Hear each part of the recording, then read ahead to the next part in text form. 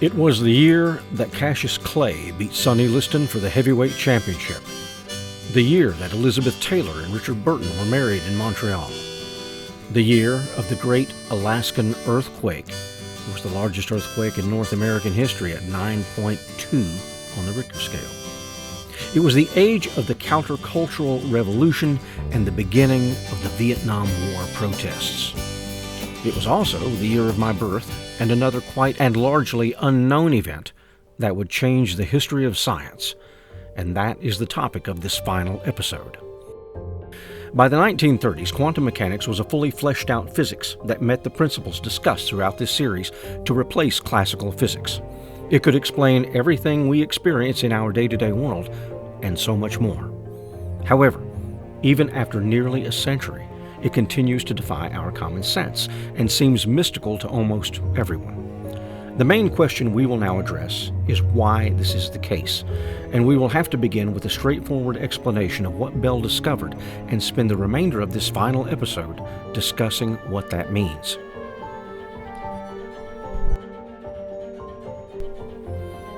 A few years earlier, John Stuart Bell received his physics PhD from the University of Birmingham in the United Kingdom, where he specialized in quantum field theory. He briefly worked for the Atomic Energy Research Establishment before moving on to CERN, the European Organization for Nuclear Research. After a year's leave from working at CERN in 1964, he published a paper on the Einstein-Podolsky-Rosen paradox, also known as the EPR paradox, where he introduced Bell's theorem, as it would be called. Bell began to look more closely at the work of David Bohm and John von Neumann. Von Neumann was arguably among the greatest mathematicians of the 20th century, while Bohm was a highly respected student under both Bohr and Einstein. Von Neumann further proved mathematically that in ordinary reality, Laplace's deterministic reality, or that model of the universe, was not possible under quantum mechanics, which only further confirmed for Einstein and common sense that something was wrong with it. In Part 4, it was stated that Heisenberg had shattered the illusion of the perfectly knowable system, but this wasn't entirely as clear then as it is now. To understand the nature of the dilemma, we must take a moment to discuss entanglement, which is also known as non-locality.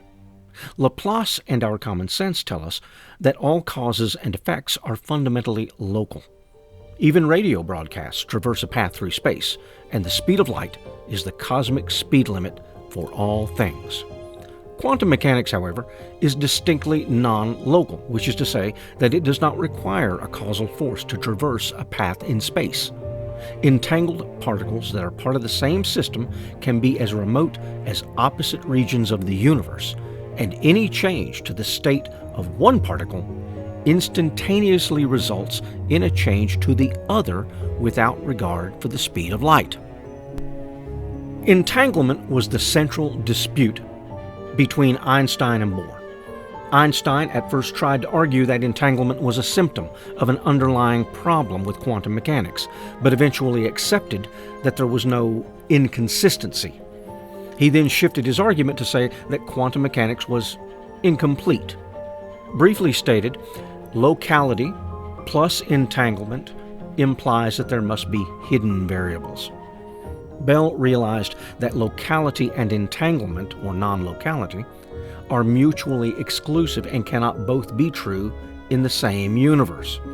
So Bell's approach began with the assumption that locality was the rule, and that a simple thought experiment could be devised involving two elementary particles at remote distances from one another to determine if that rule holds true. Thought experiments are ideal scenarios that are easy to formulate but challenging to make into actual experiments. Like any experiment, you run trials and collect data. In this case, the data is a table of particle pairs. Before and after measurements are made and establish a probability distribution that some combinations will occur more often than others. Anyone who has ever been to a casino already knows that the house has worked out such probability distributions to favor the house. Consider a game like poker. Some hands are far more likely to appear than others, where the rarest hands, like a straight or a flush, are also more valuable.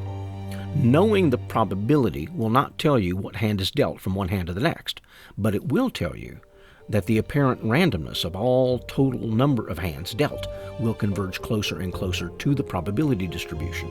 And knowing this is why well-managed casinos never go out of business. Bell found that any universe in which locality is the rule produces different probability distributions than a quantum mechanical universe. This would be Bell's inequality. Locality and non-locality can be tested, and since quantum mechanics violates Bell's inequality, then locality has been disproven by the method of proof known as proof by contradiction. This method requires us to start with something we consider self-evident, like locality in this case, and then see what happens when we substitute it with something else. In another historical example, in the 1820s, Nikolai Lobachevsky simply revisited an ancient problem that had vexed mathematicians for 2,000 years, when he did what no other mathematician had ever thought to do. Instead of trying to prove Euclid's fifth postulate, he sought to disprove it by simply denying the authority of Euclid and the truth of the postulate and replacing it with one that seemed to make no sense at all. He had established an entirely new and alien form of geometry, which would not have been possible in a Euclidean universe. Euclid's elements had hardened into such authority over time that Lobachevsky's move seemed almost heretical and blasphemous. Yet after all the controversy died down, it made things once thought impossible into a new world of possibilities.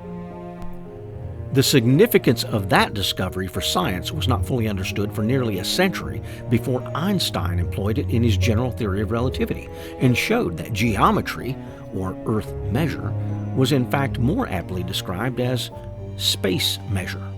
Geometry is actually the science of spaces, of which Euclid's was only one.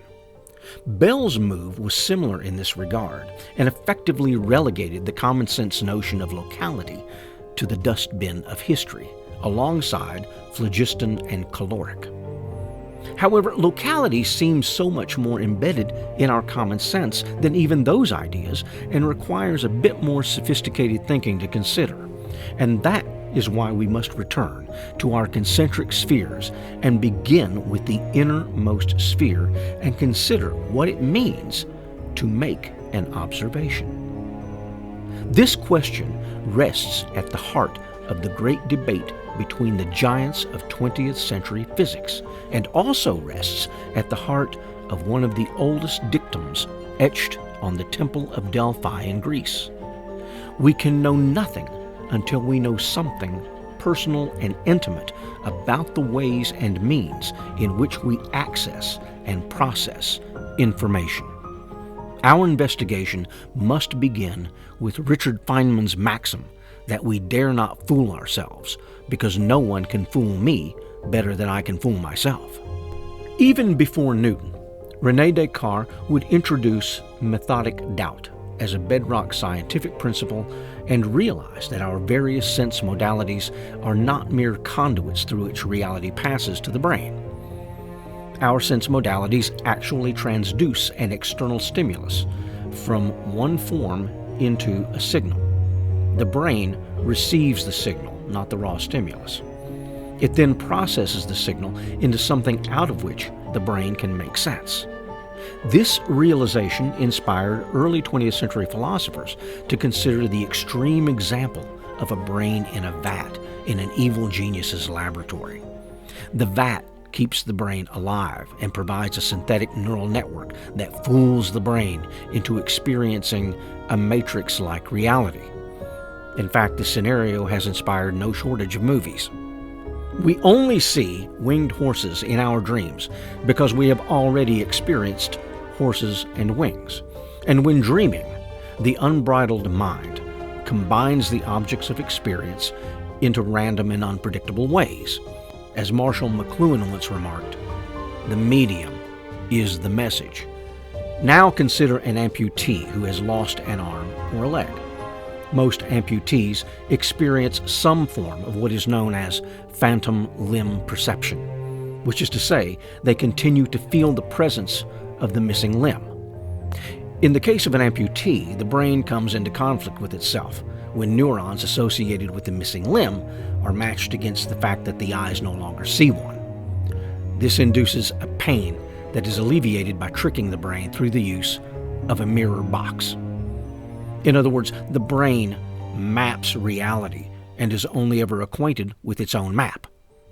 For all of Einstein's brilliance and contributions to science and our understanding of the universe, he struggled with the idea that quantum mechanics is the medium, and the medium is the message. If you were hoping this series of presentations was going to offer you a theory of everything, then I apologize for your disappointment.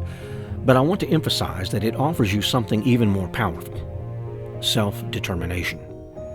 If in fact a deterministic and certain universe was the case, then there is no room for free will.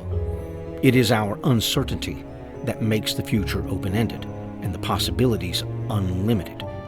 Otherwise, there would be no point in doing science. When Einstein stated that the concept empty space had lost its meaning, it was because we are ourselves, not mere objects in the universe. We are each a transient and emergent blip of consciousness of the universe reflecting on itself. Our ancestors didn't discover things as much as they were discovering themselves, because we do not see the world as it is. We see it as we are, at such a fundamental level that it escaped nearly everyone except for Bohr and Heisenberg.